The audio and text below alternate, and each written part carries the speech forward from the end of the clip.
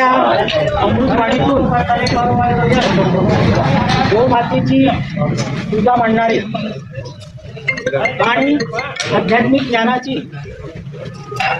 बंधारी असलेले आदरणीय संत बाबा महाहंसरी महाराज आणि आदरणीय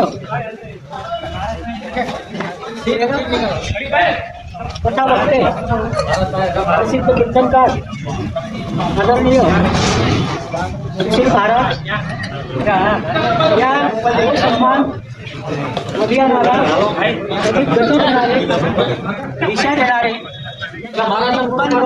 चैतन्य निर्माण करणारे, घराघरात गो सन्मान अभियान पोहोचविणारे बाबासाहेब सर आणि त्यांचे सर्व सक्रिय कार्यकर्ते बंधून हिमगिरीतून निघाली गंगा जगाचं पावन करण्यात हिमगिरीतून निघाली गंगा जगाचं पावन करण्यात गोमाता आली या जगी सर्वांचे त्रिविध ताप हरण्यात गोमाता आली या जगी सर्वांचे त्रिविध ताप हरण्यात गंगा माता मोक्ष देते सर्वांना नेण्यावरती गंगा माता मोक्ष देते सर्वांना नेण्यावरती गोमातेची सेवा आपल्याला याच पूर्वी मुक्त करते। इस देश में नदी तो बहुत है, इस देश में नदी तो बहुत है, पर गंगा की बात ही कुछ और है।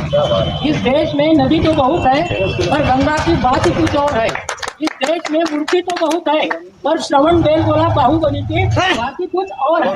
इस देश में अभियान तो बहुत चलते हैं, पर गो सम्मान अभियान की बात ही कुछ और है। अगर इसमें थोड़ा भी शक है तो सुनो, रात के अंधेरे को दूर करने के लिए सुबह सूरज निकल आता है। रात के अंधेरे को दूर करने के लिए सुबह सूरज निकल आता है। सूरज के गर्मी से परेशान धरती को शीतलता प्रदान करने के लिए मेघराज बारिश लेकर आता है। जब इस धरती पर वो हत्या करने वाले का हैवानियत का अंधेरा फैलता है, जब इस धरती पर वो हत्या करने वाले हैवानियत का अंधेरा फैलता है, तब इंसानियत का सूरज बनकर संतों का वो सम्मान अभियान इस धरती पर तेजी से चलता है, तेजी दुनिया का।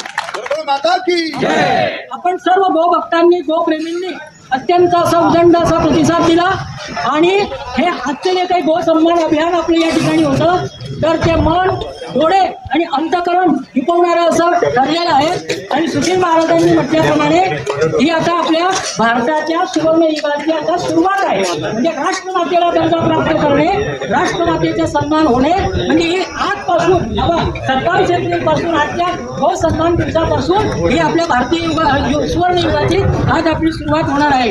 तर मी सर्व गो भक्तांचे आभार मानताना एवढंच म्हणेन,